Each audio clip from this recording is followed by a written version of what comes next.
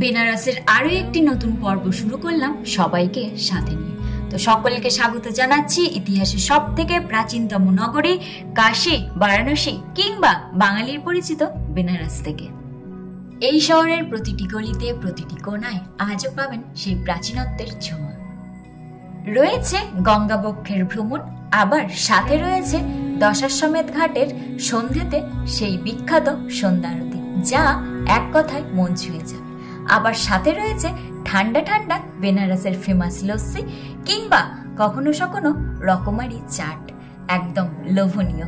কোনটা ছেড়ে কোনটার কথা বলবো, যাই হোক। আবার সাথে রয়েছে বেনারসের ফেমাস রাবড়ি। তো এক কথায় খাদ্যরসিক বাঙালিদের জন্য বেনারস কিন্তু জুড়ি মেলা ভার।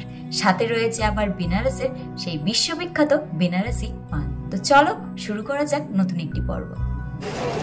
Welcome to Benaras day 2। আজকের আমাদের দ্বিতীয় দিন বেনারস। তো সকাল সকাল উঠে রেডি হয়ে গেছি, এবার গিয়ে ব্রেকফাস্ট করব, তারপর একটু ঘুরু ঘুরু হবে। তো চলো দেখতে থাকো। দ্বিতীয় দিনের সকালটা শুরু হয়েছিল গরম গরম কচুরি, সাথে আলুর তরকারি, একটু চাটনি আর একটা করে জিলেপি দিয়ে বেশ জমিয়ে একটা সুন্দর ব্রেকফাস্ট হয়েছিল।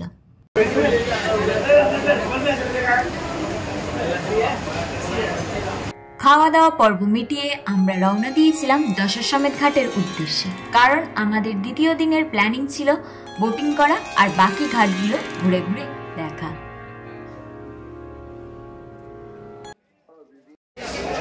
সকালে দশাশ্বমেধ ঘাটের কন্ডিশন।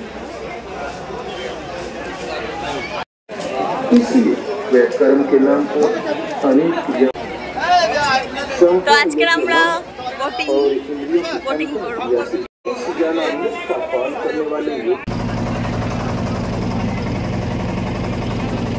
দশাশ্বমেধ ঘাট থেকে একটার পর একটা ঘাট দেখতে দেখতে আমাদের সেদিনের গঙ্গাবক্ষের ভ্রমণটা শুরু হয়েছিল। এই বারাণসীতে আছে টোটাল 84টি ঘাট, আর প্রত্যেকটি ঘাটের হিস্ট্রিও কিন্তু আলাদা আলাদা। এগুলোর মধ্যে প্রধান ঘাট দশাশ্বমেধ ঘাট, তারপর একে একে আসে মণিকর্ণিকা ঘাট। এই মণিকর্ণিকা ঘাট আমাদের চোখে আঙুল দিয়ে জীবনের অন্তিম সত্যটা দেখিয়ে দেয়। মণিকর্ণিকা ঘাট এমন একটা ঘাট বারাণসীর যেখানে চিতার আগুন এক মুহূর্তের জন্যও কখনো নেবে না। এইভাবে হরিশ্চন্দ্র ঘাট, ওশিঘাট সহ বাকি ঘাটগুলো ঘুরে ঘুরে দেখেছিলাম। গঙ্গাবক্ষে স্নিগ্ধ শীতল হাওয়া খেতে খেতে আর সাথে বৃষ্টির জল গায়ে নিয়ে, আর প্রত্যেকটি ঘাটের ইতিহাস শুনতে শুনতে আমাদের 40-45 মিনিটের ওই ভ্রমণটা বেশ সুন্দরভাবে কেটে গেছিল। এখন আমরা বোটিং করছি, প্রচন্ড বৃষ্টিও হচ্ছে। বোটিং করে আসলাম, এবার ভালোই বৃষ্টি হচ্ছে, তো এই যে ছাতা হাতে নিয়ে দাঁড়িয়ে আছি। তো এই যে টিকা লাগিয়েছি আমরা, টিকা ভালো লাগছে। আমি আজকে আবার দুবার টিকা লাগালে সিরিয়াসলি মুখটা দারুণ লাগে।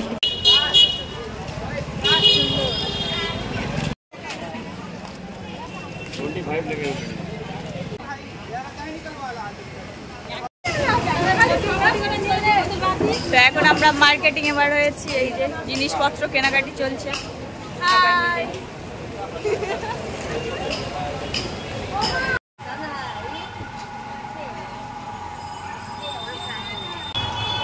এই যে এখন একটা ব্যাগ দোকানে ব্যাগ কিনতে এসেছি। Second day second part. এই যে বেরিয়ে গেছি রেডি হয়ে, আবারও যাব সাইট সিন। তো বেনারস ডে 2 সেকেন্ড পার্ট। এই যে আমরা রেডি হয়ে বেরিয়ে গেছি, এবার যাব কোথায় সাইট সিনে। কোথায় নিয়ে যাচ্ছি জানি না। চেপে গেছি আমরা অটোতে।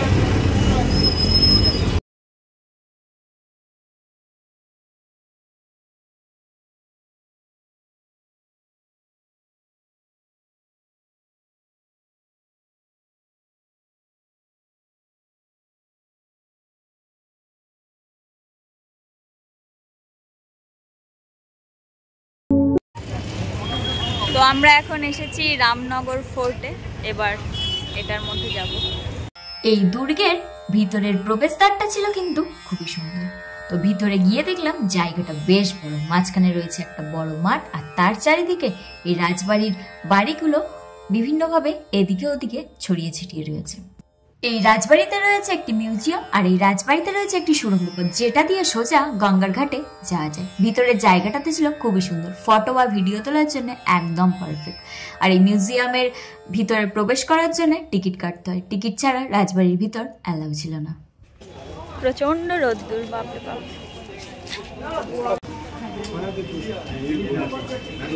এই যে মিউজিয়ামের টিকিট, অ্যাডাল্টের জন্য 80, চিলড্রেন হলে 20। অ্যাজ অলওয়েজ ভিতরে ফটো তোলা, ভিডিও তোলা এগুলো অ্যালাউ না। এই যে সুড়ঙ্গের মধ্যে দিয়ে আমরা চললাম এখন। এই সুড়ঙ্গটির মধ্যে দিয়ে রয়েছিল গঙ্গার পাড়ে যাওয়ার রাস্তা। গঙ্গার ভিউ এখান থেকে দারুণ লাগছে ভিউটা।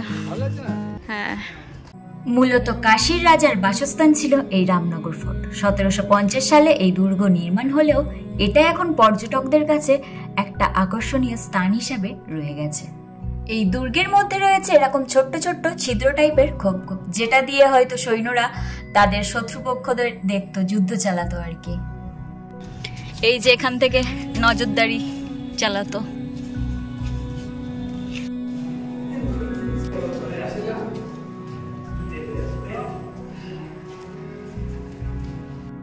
তো টাটা বাই বাই, এখান থেকে বেরিয়ে যাব। ভিতরে রোদে রোদে ঘুরে ক্লান্ত হয়ে পড়েছে, এখন মুসাম্বি জুস খাচ্ছি। তো এবার যাচ্ছি আমরা একটা কি বিশ্বনাথ টেম্পল আছে ওটা দেখতে। এই যে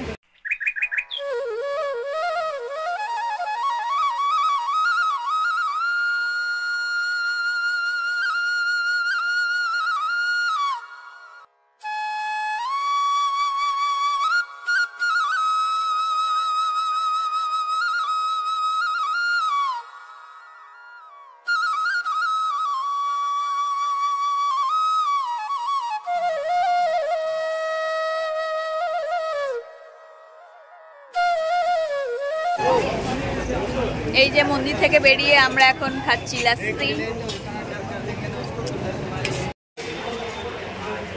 তো এই যে এবার এসেছিলাম আরো একটা মন্দির, বজরংবলী মন্দির আছে, কিন্তু অ্যাজ ইউজুয়াল ভিতরে ফোন অ্যালাউ না। তো এই আর কি।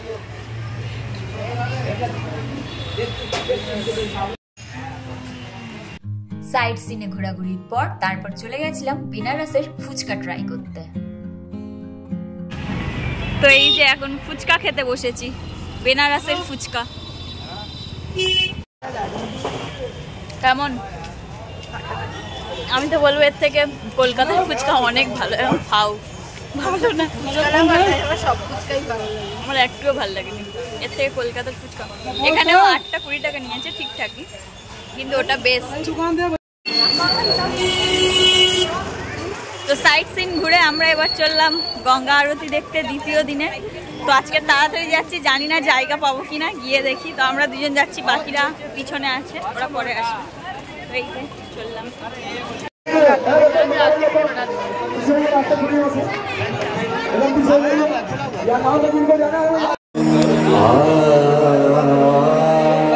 গঙ্গা আরতি দেখে মানে দাঁড়িয়ে দাঁড়িয়ে পায়ে এত ব্যথা হয়ে গেছে, এই রাস্তাতে বসে পড়েছি। একটু 5 মিনিট বসবো, তারপর যাবো। আজকের বেশ কাছ থেকে দেখেছি, বেশ আজকের ভালো দেখেছি। তো গঙ্গা আরতি থেকে এলাম, এবার একটু খাওয়া দাওয়া করবো, চুটুর পুটুর, তারপর একটু কেনাকাটা করবো। আজকের বেনারসের লাস্ট দিন আমাদের। জল কিনে কিনে সত্যি তাই, শুধু জল কিনে কিনে সব টাকা শেষ। বোতল বোতল জল কিনতে হচ্ছে আর খেতে হচ্ছে। কালকের সকালে সকাল সকাল এখান থেকে এলাহাবাদ যাবো। তো আজকের বারাণসীতে লাস্ট নাইট। তো এই আর ঘোরাঘুরি যাচ্ছে। এ এখন এখানে ফুচকা খেতে এসছে, এই যে কি পেয়েছে এই ফুচকার মধ্যে ভগবান জানে, শুধু ফুচকা খাচ্ছে। যাই হোক, আমরা এখন এসেছি রাবড়ি খেতে। বেনারস এসেছি আর রাবড়ি তো খেতেই হবে। তো এই যে রাবড়ি চলে এসছে।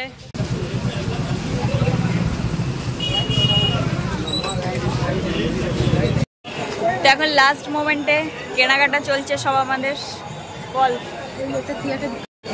আমরা মোটামুটি রাস্তাতে যা পাচ্ছি কিছুই ছাড়ছি না, যা পাচ্ছি সব নতুন নতুন ট্রাই করছি। এই একটা কিছু একটা কি জিনিস জানি না, বাট স্মেলটা ভালো, কিছু একটা চাট।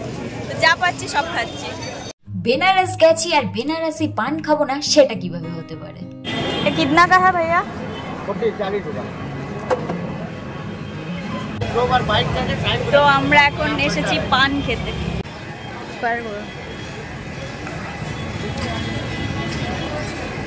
বেশ ভালো খেতে, 40 টাকা করে নিল একটা করে পান, বাট খেতে বেশ ভালো।